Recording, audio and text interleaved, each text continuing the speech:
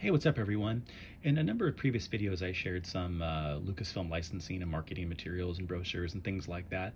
I want to add another one to the list. Just off the bat, I just want to say if this looks really sort of strange and crinkly, that's because this was among a long list of Star Wars items in my collection, a victim of a basement flood a number of years ago. It was one of the things I was able to preserve and hold on to. It's not in great shape, has seen much better days, but miraculously wasn't completely trashed. So in any event, I wanted to share it with you. Now, this is from mid-1997, so an interesting time in Star Wars. Of course, the special editions had just had their theatrical release. Star Wars is slowly starting to heat up again in a number of sort of expanded universe sorts of ways, right, with Shadows of the Empire, a number of other sorts of things starting to come effectively sort of online. Clearly there's a sense that Star Wars is ramping back up, and at this point the prequels were well into pre-production, and I think that they were beginning to do some sort of very early filming around this time. So I'll just give you a sense here of what we've got, and how the brand is sort of summarized here. Star Wars, a space epic of grand design and boundless fun. It entertains and inspires us and explores the conflict between good, evil, technology, and humanity. It celebrates heroism and the limitless potential of the individual. A defining event for one generation, is also embraced by a new generation. Star Wars is timeless, and that's an interesting narrative, right? That they feel they need to. It's interesting to note that they feel they need to explain that to potential retailers, right? That again, Star Wars isn't just this dead thing that came out 20 years before. There's an increasing amount of heat behind this brand, not only through the expansion of the EU, beginning a number of years before this, right, in sort of a new sort of resuscitated way, but obviously, again, the special edition releases and a number of other things coming down the pike, including these prequels, right? So they're trying to amp people up for the fact that, look, this is going to bring an entire new generation of people on board. Just to give you a sense of what you would have prior to the flood been a little bit more easily able to see behind this. Just some neat images here, some classic characters from the original trilogy, of course. Here's where we get into some of the specifics and some of the data and additional narrative, trying to convince retailers that don't worry, that the best is yet to come. So here we go. A little bit of the old, right, an enduring legacy, reminding folks that the special editions had just been re-released, and the sort of the revenue intake there. Interesting stats here. 1.8 billion worldwide gross, not bad for 1997. Number of interesting sort of cross promotional opportunities here. Great quotes from the New York Times about Star Wars, being most of all a tour de force of cross-generational sharing.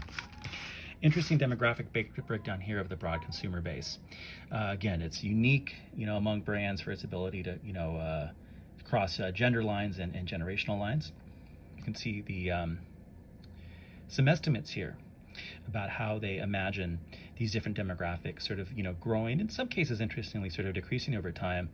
At this time I would have been here in the 18 to 30 Gen X crowd, and you can sort of see in 96, 97 would have represented a significant share. But interestingly, by 99, they see that decreasing, right, relative to sort of the increase in the 3 to sort of 12-year-olds. And that's certainly true. I mean, you think about the number of people I'm sure watching this video who were around that age at this time, for whom the prequels really are their original trilogy in some sense, right? It's interesting that they sort of sense that in some ways, just comparatively, right, that the Gen X and older crowd would start to decline, if anything.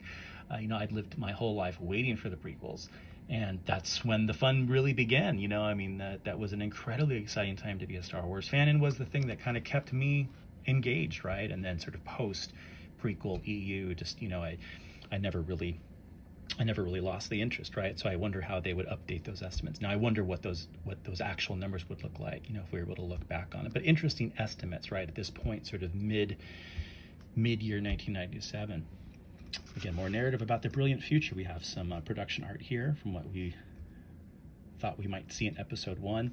I've noted this in a number of the earlier marketing materials from around 1997 and the mid-90s that I have. It's still at this late date, even into pre-production, even potential sort of beginning of filming, right? We still are being told that the prequels are going to be set 40 years before, and going to sort of largely focus on someone, this young Jedi Obi-Wan sort of meeting, discovering Anakin. Obviously things change midstream. This is fun.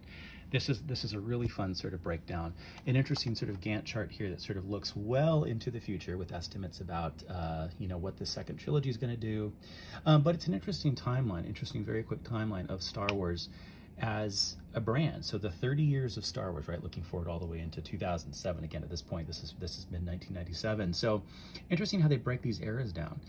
The initial release, and then the hiatus around 1986, and then what they'll call the Renaissance from 91 to 95, and then the brand momentum 97 and beyond, obviously in the second trilogy era. What's interesting about this 1986 is obviously as EU fans, we sort of recognize this as, on the one hand, certainly a dark time, on the other hand, an exciting time, a time in which we begin to see the beginnings of that new resuscitation, that new wave of EU in the form of West End games and a few other things. And it's interesting here specifically that for marketing material focused a lot on sort of the kind of the cross promotional opportunities here, right? That it seems to say this is just a hiatus, while noting that this is when Star Wars began to sort of build attractions at Disneyland, right? Obviously something that not only played a major, or at the time, you know, a fun sort of role in sort of contributing to the EU, right, in the form of Star Tours and other related sort of lore, right? But was also something that like kept, you know, Star Wars on the mind of the millions of people who would have passed through those rides at Disneyland and Disney World.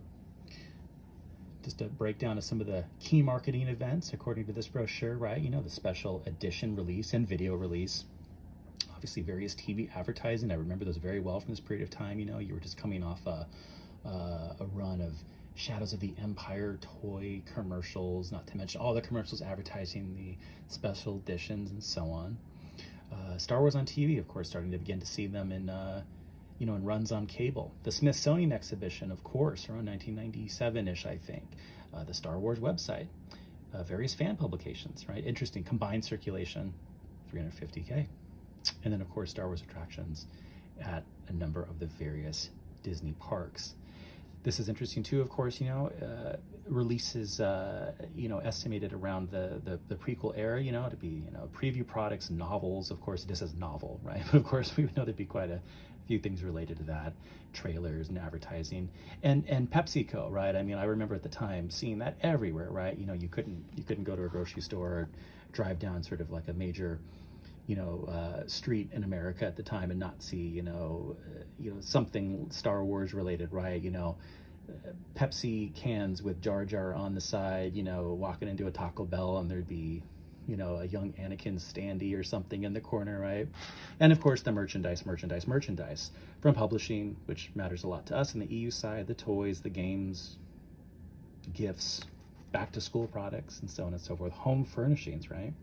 You know, some folks might be old enough to remember that the Return of the Jedi all the way back in '83 had a fairly substantive range of actual home furnishing tie-in toys, and things like you could get like a desk and a bookshelf that, you know, were like branded Return of the Jedi products. Really interesting.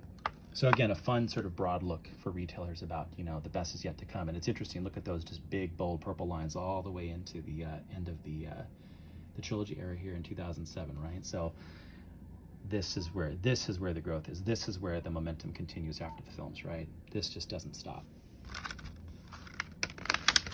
Let's turn this page here. Star Wars, the continuing success. Simply put, Star Wars is the most successful film series of all time, the most successful live-action video series, #1 merchandise franchise, right? Best-selling male action toy line ever, a #1 publishing series, of course, right? And CD-ROMs, which feel sort of antiquated today, right? But interesting breakdown here in the sort of like shares, you know, market share of the household, right? 16 million households at the time would have some Star Wars products inside. Be interesting to figure out what that number is now. Retail volume, percentage of toys, look at that increase, right? This is really interesting. You know, again, some of these are potential sort of estimates, right? But, you know, fan club memberships, I'm sure it got around, you know, 170,000 at least, right? You know, certainly 1996, I could imagine 72,000 being plausible. I was one of them. Publishing, look at all the spin-off fiction, right? Look at that, total books in print. Forecast by 97, over 22 million. Just imagine what that number would be like today. And then the final page here, this is a great montage of all the press that Star Wars was getting in the mid to late 90s, right? Prior to the publication of this marketing brochure, the New Yorker, Premiere, Entertainment. I think I still have that Entertainment issue somewhere. Time, Wired, right? What else is in here? Oh yeah, Star Wars to invade Smithsonian. May the tickets be with you. The forces line up early for new Star Wars films. And then at the back,